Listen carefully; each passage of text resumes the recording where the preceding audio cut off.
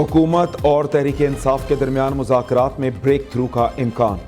राना सनाउल्लाह के बाद वज़ीर आला खैबर पख्तूनख्वा ने भी जल्द मुज़ाकरात की उम्मीद जाहिर कर दी। अली अमीन गंडापुर का हफ्ता 21 दिसंबर तक दोनों तरफ से मुस्बत पेशरफ्त का दावा। वज़ीर आला खैबर पख्तूनख्वा की अडयाला जेल में बानी PTI से मुलाकात। कहते हैं जो हालात बन गए हैं ऐसे में पाकिस्तान के लिए सोचने पर मजबूर हैं। उम्मीद है सियासी जमातें गौर व फिक्र करके कोई हल निकालेंगी। हुकूमत जिनकी है वो इशारा देंगे तो मुस्बत रिस्पॉन्स भी आ जाएगा। सिविल नाफरमानी की तहरीक पर बानी PTI से मुशावरत हुई है। शोहदा और ज़ख्मियों के हवाले से काबीना और सूबाई सतह पर इंक्वायरी कर रहे हैं। हमारे 200 लोग लापता थे, अब लापता लोगों की तादाद सिर्फ 54 है।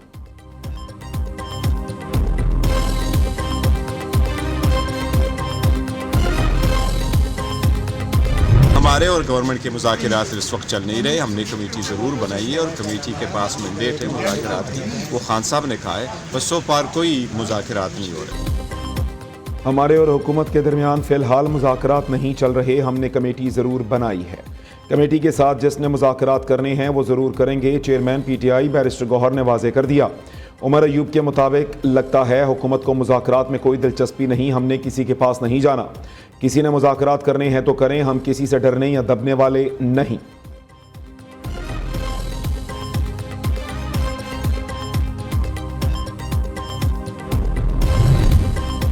Vice chairman PTI Shah Mahmood Qureshi अपनी ही जमात से नाला। कहते हैं मेरा नुक्ता नज़र है कि पार्टी में मुझे भी सुना जाए। बानी PTI को सिविल नाफरमानी तहरीक मुलतवी करने की तजवीज़ दी थी। हुकूमती मुतालबे पर हमने मुज़ाकराती कमेटी बना दी। अब हुकूमत भी संजीदगी का मुजाहरा करे। जब मुज़ाकरात की बात हो रही है तो हमें भी हुकूमत को वक्त देना चाहिए ताकि इनकी संजीदगी का अंदाज़ा हो जाए। अडयाला जेल में मीडिया से गैर रस्मी गुफ्तगू में कहा सियासत में मुशावरत होती है और ये सुन्नत भी है। हुकूमत मुज़ाकरात का आगाज़ करे। मुल्क को आज पहले से ज़्यादा सियासी इस्तेहकाम की ज़रूरत है। इसके बगैर मुआशी इस्तेहकाम नहीं आ सकता।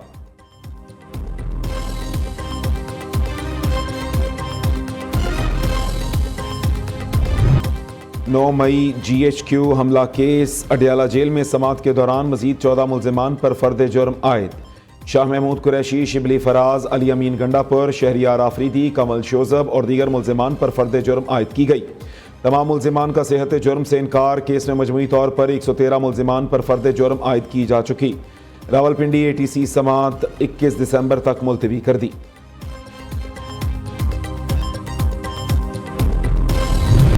अल्लाहु अकबर। अस्सलामु अलैकुम व रहमतुल्लाह। अस्सलामु अलैकुम व रहमतुल्लाह। 26 नवंबर शरपसंदी का शिकार पाक रेंजर्स पंजाब का एक और अहलकार शहीद। लांस नाइक मोहम्मद तनवीर की नमाज जनाजा अदा। रेंजर्स अफसरान और अहलकारों की शिरकत। जसद खाकी तदफीन के लिए आबाई इलाके रवाना। 25 और 26 नवंबर की एहतजाज की आड़ में पुरतशद्दुद कार्रवाइयों में शदीद जख्मी पाक रेंजर्स पंजाब के लांस नाइक मोहम्मद तनवीर कोमा की हालत में थे। 37 साला मोहम्मद तनवीर का ताल्लुक नारोवाल से था। शहीद ने 17 साल तक दिफाए वतन का मुकद्दस फरीज़ा सर अंजाम दिया। सोगवारान में अहलिया, 2 बेटे और 3 बेटियां भी शामिल हैं।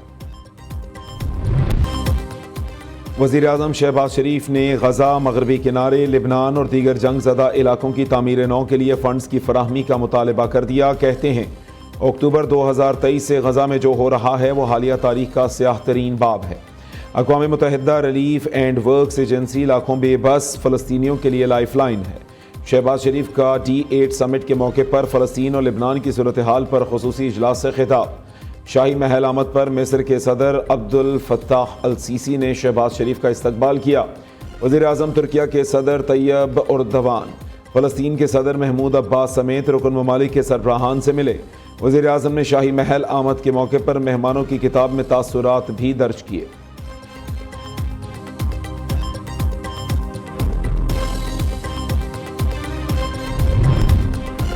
वज़ीर आज़म का 3 रोज़ा दौरा मिस्र। वज़ीर आज़म शहबाज शरीफ से बांग्लादेश के चीफ एडवाइज़र मोहम्मद यूनुस की मुलाकात।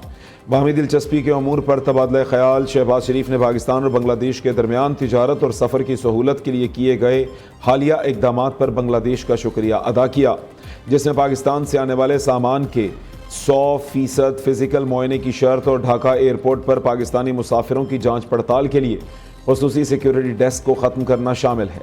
वज़ीर आज़म की इंडोनेशिया के सदर अबू वसो बेयामतो से भी मुलाकात। शहबाज शरीफ ने अबूवो को सदर का ओहदा संभालने पर मुबारकबाद दी। दोनों रहनुमाओं ने बाहमी दिलचस्पी के उमूर पर तबादला ख्याल किया।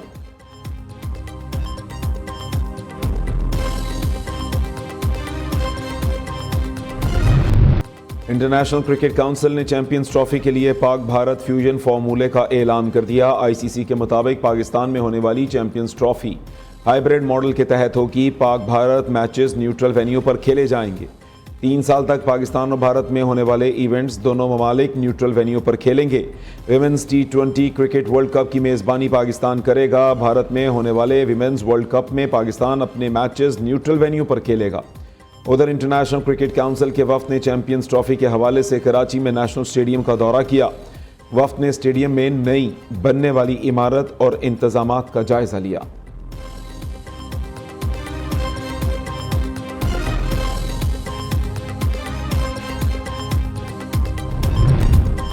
तहरीरी मुआहदे के बगैर आगे नहीं बढ़ेंगे। तहरीरी मुआहदे की खिलाफ वर्जी हुई तो वो भी देख लेंगे। चेयरमैन पीसीबी की कज़ाफ़ी स्टेडियम के दौरे के मौके पर गुफ्तगू। कहा, भारत के साथ तमाम मामलात तहरीरी तौर पर तय पाएंगे। मोहसिन नकवी ने स्टेडियम में जारी तरक्याती कामों का जायजा लिया।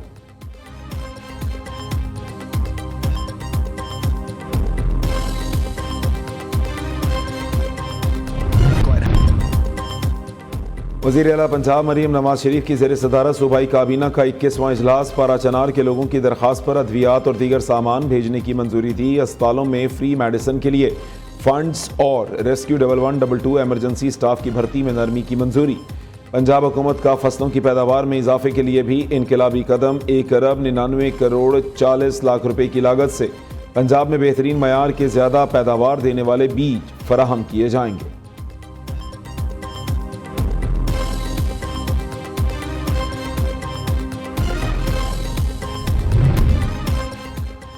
गवर्नर खैबर पख्तूनख्वा का वज़ीर आला अली अमीन गंडापुर से मुस्ताफ़ी होने का मुतालबा। रेंजर्स और पुलिस शोहदा की FIR PTI हुकूमत पर होनी चाहिए।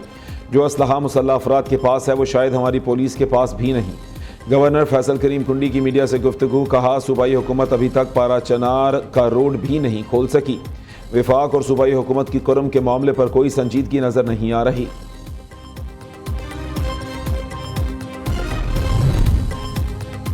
वज़ीर आला खैबर पख्तूनख्वा अली अमीन गंडापुर ने ज़िला कुरम के मामले पर सूबाई एपेक्स कमेटी का इजलास कल तलब कर लिया। आला सिविल और अस्करी क़यादत, सूबाई वज़रा, डिविजनल और ज़िला इंतज़ामिया के हुक्काम शरीक होंगे। इजलास से मुताल्लिका शराकतदारों की मुशावरत से इलाके में देरपा अमन के क़याम के लिए लाहे अमल तय किया जाएगा। बैरिस्टर सैफ कहते हैं, ज़िला कुरम पाकिस्तान का हिस्सा है, ईरान या अफगानिस्तान का इलाका नहीं। मुल्क के अंदरूनी मामलात के ज़िम्मेदार वज़ीर दाखिला होते हैं।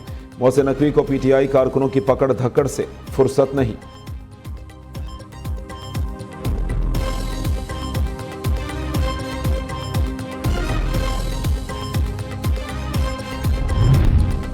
मुल्क बुरे दौर से गुजर रहा है। IMF का प्रेशर है। मुआशी मजबूरियाँ बाज़ औक़ात तकलीफ दे होती हैं। वफाकी वज़ीर दिफा ख्वाजा आसिफ का सियालकोट चैम्बर ऑफ कॉमर्स में तकरीब से खिताब। कहा, गुज़श्ता दौरे हुकूमत में बड़े पैमाने पर करप्शन हुई। करप्शन पाकिस्तान को दीमक की तरह खा रही है। 50% भी करप्शन ख़त्म हो जाए तो IMF की ज़रूरत नहीं रहेगी।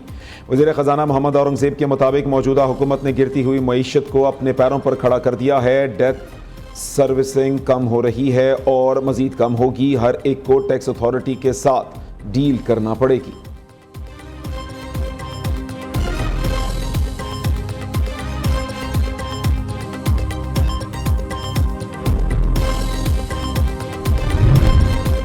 PTI गैर मुल्की ताकतों के साथ मिलकर मुल्क में अदम इस्तेहकाम पैदा करना चाहती है। पहले कहते थे अमेरिका ने हमारी हुकूमत गिराई, अब दोबारा अमेरिका से मदद की अपील कर रहे हैं। पाकिस्तान के खिलाफ अमेरिका में लॉबिंग फर्म्स बनाई गईं। जैसे फितना अल ख्वारिज का खात्मा किया, ऐसे ही फितना सियासत का भी खात्मा करेंगे। नून लीगी रहनुमा हनीफ अब्बासी की लफ्जी गोलाबारी। कहा, PTI की सियासत फसाद और इंतशार पर मबनी। कौमी असम्बली में बैठे इनके लोग कठपुतलियाँ हैं, असल चेहरा दिखाना ज़रूरी है। नून लीगी सेनेटर के मुताबिक पाकिस्तान का एटमी प्रोग्राम महफूज हाथों में है। हम और हमारी सरहदें न्यूक्लियर पावर की वजह से महफूज हैं। एटमी ताकत होने की वजह से पाकिस्तान का दिफा मजबूत है।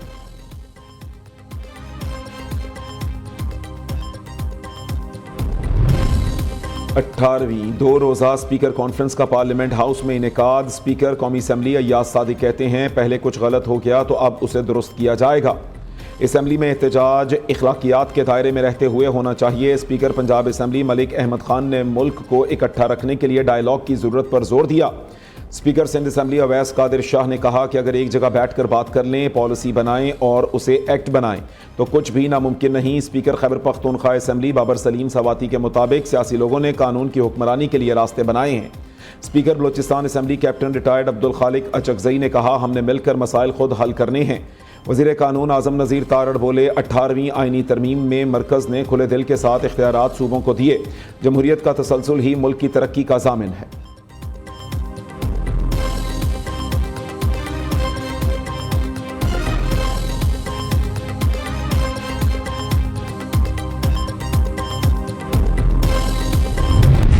अमरीका का पाकिस्तान के बैलिस्टिक मिसाइल प्रोग्राम पर मजीद पाबंदियों का ऐलान। अमरीकी महकमा खारजा के तर्जुमान मैथ्यू मिलर ने कहा तवील फासले तक मार करने वाले बैलिस्टिक मिसाइलों की तैयारी के हवाले से पाकिस्तान के 4 इदारों पर पाबंदी लगाने का फैसला किया गया है। 4 इदारों पर इल्ज़ाम है उन्होंने पाकिस्तान के बैलिस्टिक मिसाइल प्रोग्राम को आगे बढ़ाने में मदद दी है।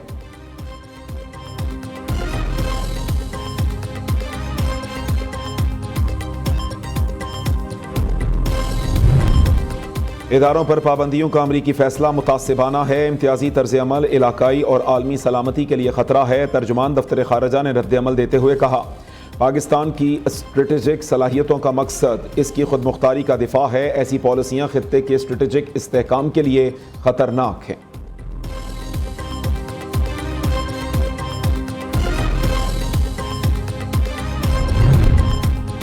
जमात इस्लामी की अमरीकी पाबंदियों की शदीद मजम्मत। अमीर हाफिज नईमुर रहमान का कहना है अमरीका को किसी भी मुल्क की कंपनियों पर पाबंदी लगाने का हक हासिल नहीं। दुनिया भर में प्रॉक्सी वॉर लड़ने वाला अमरीका अमन का अलमबरदार बन रहा है। अमरीका के पास एटमी हथियार हैं और उसने इस्तेमाल भी किए। अमरीका फ़लस्तीनियों की नस्लकुशी के लिए इसराइल की मदद कर रहा है।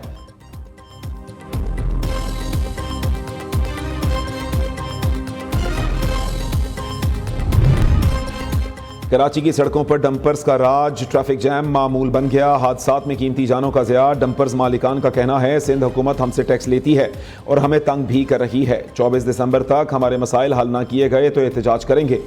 डंपर्स माफिया के खिलाफ गवर्नर सिंध खुद मैदान में आ गए। कहते हैं अगर डंपर्स माफिया के खिलाफ कार्रवाई ना हुई तो खुद डंपर्स के सामने खड़ा हूँगा। IG सिंध गुलाम नबी मेमन ने कहा कि हादसात की बड़ी वजह ड्राइविंग लाइसेंस ना होना है।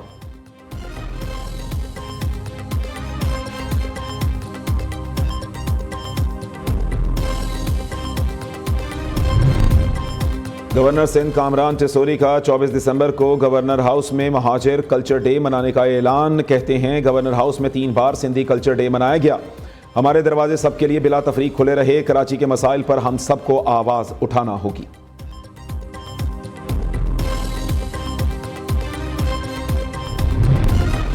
पार्टी पॉलिसी की खिलाफ वर्जी। तहरीक इंसाफ ने सलमान अहमद को पार्टी से निकाल दिया। चेयरमैन PTI बैरिस्टर गौहर ने नोटिफिकेशन जारी कर दिया। नोटिफिकेशन के मुताबिक सलमान अहमद ने सोशल मीडिया पर बानी PTI की फैमिली और पार्टी मुखालिफिन के हवाले से पोस्ट की थी। बानी चेयरमैन के अहकामात के बावजूद भी वो मुसलसल पार्टी पॉलिसी के खिलाफ सोशल मीडिया पर मवाद शेयर करते रहे, इसलिए उन्हें फौरी तौर पर तहरीक इंसाफ की रुकनीत से बरतरफ किया जाता है।